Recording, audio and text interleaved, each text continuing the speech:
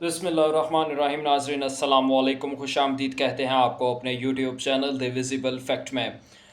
नाज़रीन, पिछले चंद घंटों में इंतहाई अहम अपडेट्स हुई हैं जो आपके साथ डिस्कस करनी है, जिनमें सबसे बड़ी और अहम डेवलपमेंट जो है वो यूएसए के अंदर हुई है। एक अहम मुलाकात आप लोगों ने यकीनी तौर पर थंबनेल देख लिया होगा। जी हाँ जनाब, chief of army staff Pakistan जनाब आसिम मुनीर और अमरीकी सदर डोनाल्ड ट्रंप की अहम मुलाकात की कहानी आपके साथ शेयर करनी है हमने।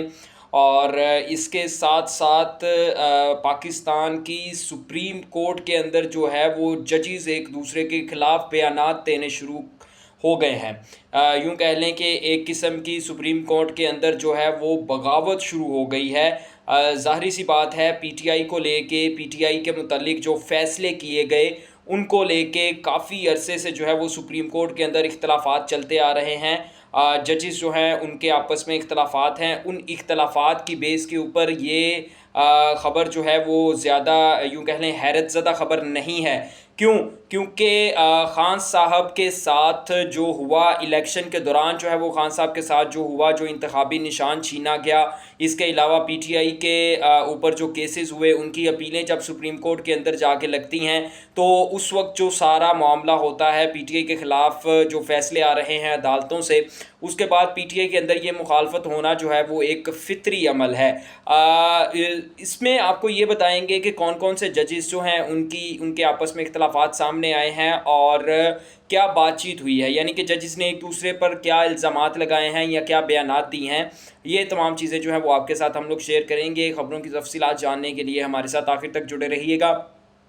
सबसे पहले आपको सुप्रीम कोर्ट की कहानी बताते हैं।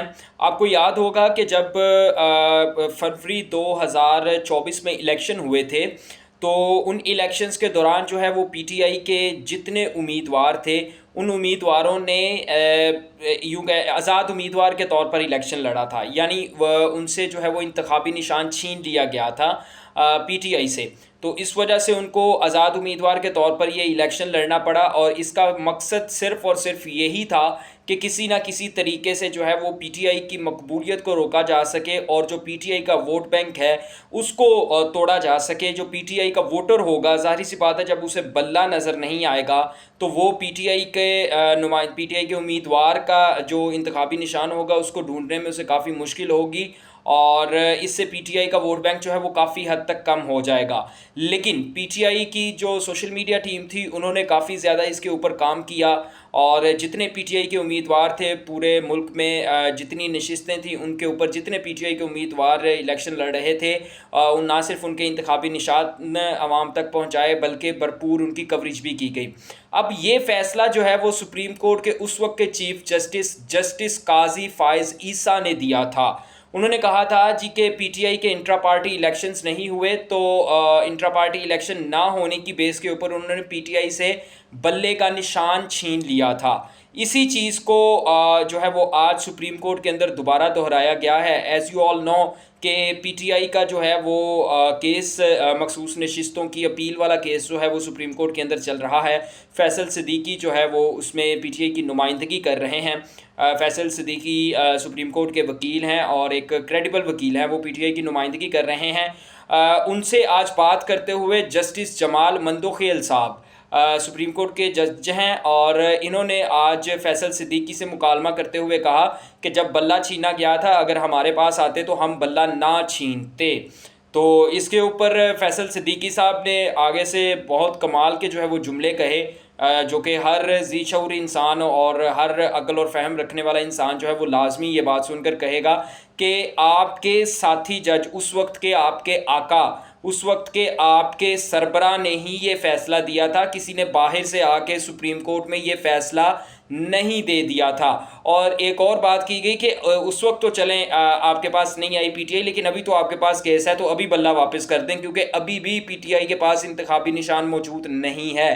पीटीआई को इलेक्शन कमीशन के अंदर जो है वो रजिस्टर्ड जमात नहीं माना जा रहा है। अभी भी किसी भी ज़िमनी इंतखाब में अगर पीटीआई का कोई उम्मीदवार इलेक्शन लड़ने के लिए खड़ा होता है तो उसको आज़ाद उम्मीदवार के तौर पर ही इलेक्शन लड़ना पड़ता है और उसके पास बल्ले का इंतखाबी निशान नहीं होता है। तो ये तो एक कॉमन सी चीज़ है कि अगर वाकई ही आपको बल्ला छीनने का इतना दुख है तो बल्ला वापस कर दीजिए और पीटीआई को आज़ादाना जो है वो सियासत करने दीजिए। फिर उसके बाद देख लीजिए कि बल्ला चलता है या किसी हुकूमत का या ताकतवर हलकों का ज़ोर चलता है। अब इसके बाद आ जाते हैं अपनी दूसरी खबर की तरफ। आर्मी चीफ आसिम मुनीर की जो अमेरिका में डोनाल्ड ट्रंप से मुलाकात है उसकी कहानी आपको हमने कल और परसों भी ये खबर दी थी कि आर्मी चीफ 14 जून को जो है वो अमेरिका जा रहे हैं। उनका अमेरिका दौरा है जिस पर आर्मी चीफ के ख़िलाफ़ जो है वो पीटीआई ने वहाँ पर एहतजाज भी मुनक्किद किया था पाकिस्तान की एम्बेसी के सामने। उसमें जो है वो अब आर्मी चीफ का ये दौरा जो है वो काफ़ी अहमियत का हामिल हो चुका है, इस लिहाज से भी कि इस दौरे में आर्मी चीफ जो है वो सदर डोनाल्ड ट्रंप से मुलाकात करेंगे। एक तो इसका वक्त जो है वो बहुत बेहतरीन है और ये मुलाकात जो है वो सिर्फ़ और सिर्फ इस वजह से मुनक्किद हो रही है क्योंकि भारत के ख़िलाफ़ जो पाकिस्तानी फ़ौज की परफॉर्मेंस रही है वो आउट क्लास थी और सदर डोनाल्ड ट्रंप भी जो है वो इसके ऊपर पाकिस्तान की तारीफ़ कर चुके हैं। इसके अलावा ट्रंप और ट्रंप की इंतज़ामिया यानी कि वज़ारत ख़ारजा यूएसए की जो नुमाइंदा थी उन्होंने आज से कुछ दिन पहले ये बयान दिया था कि सदर डोनाल्ड ट्रंप जो हैं वो पाकिस्तान और मसला कश्मीर जो है इसके लिए भारत से बात करने को तैयार हैं। यानी पाकिस्तान और भारत के दरमियान जो है वो मसला कश्मीर के लिए सालसी करवाने के लिए ट्रंप तैयार हैं। तो अब मेरा ख्याल है कि इस मुलाकात में जो है वो लाजमी तौर पर कश्मीर के हवाले से भी बात होगी, लेकिन एक जो अहम बात है वो इमरान खान के बारे में वो बात हो सकती है। इमरान खान ज़ाहिर सी बात है कि आलमी लीडर हैं, पूरी दुनिया के लीडर्स जो हैं वो उनकी नज़र है इमरान खान के ऊपर, उनकी सियासत के ऊपर। और पिछले दौरे हुकूमत में जब खान साहब की हुकूमत थी और डोनाल्ड ट्रंप की भी हुकूमत थी तो खान साहब ने अमेरिका का दौरा किया, डोनाल्ड ट्रंप से मुलाकात भी की थी। तो इस हवाले से भी ट्रंप जो हैं वो खान साहब को काफ़ी अच्छे तरीके से जानते हैं। तो इस मुलाकात में हो सकता है कि खान साहब भी डिस्कस किए जाएं और ना सिर्फ डिस्कस किए जाएं बल्कि उनकी जो है वो रिहाई का मुतालबा भी जो है वो अमेरिका की तरफ से सामने आ जाए, क्योंकि कांग्रेस के बड़े रहनुमा जो हैं उन्होंने इमरान खान के हक़ में ट्वीट किया है और उनकी रिहाई का मुतालबा किया है। इसी वजह से अब सारी नज़रें जो हैं वो इस मुलाकात के अंदर ऊपर लगी हुई हैं और इस मुलाकात में यकीनी तौर पर ना सिर्फ पाकिस्तान और भारत की जंग ज़ेर बहस आएगी, मसला कश्मीर भी ज़ेर बहस आएगा और इमरान खान का टॉपिक भी ज़ेर बहस आएगा, जो कि एक पीटीआई के लिए जो है वो अगर तो सदर डोनाल्ड ट्रंप ने पीटीआई की जो है वो उम्मीदों को पूरा करते हुए इमरान खान की रिहाई का मुतालबा कर दिया तो ये एक बहुत बड़ा मुतालबा होगा और इसके बाद जो है वो लाजमी तौर पर इमरान खान की रिहाई के बारे में संजीदगी से ना सिर्फ सोचा जाएगा बल्कि इक़दामात भी होंगे। तो जनाब ये थी आज की वीडियो। आपको आज की वीडियो किस तरह की लगी हमें कमेंट सेक्शन में ज़रूर बताइएगा। वीडियो पसंद आई हो तो चैनल को सब्सक्राइब कीजिएगा, लाइक कीजिएगा, दोस्तों के साथ शेयर कीजिएगा। आपसे मुलाकात होगी अगली वीडियो में, तब तक के लिए अल्लाह हाफ़िज़।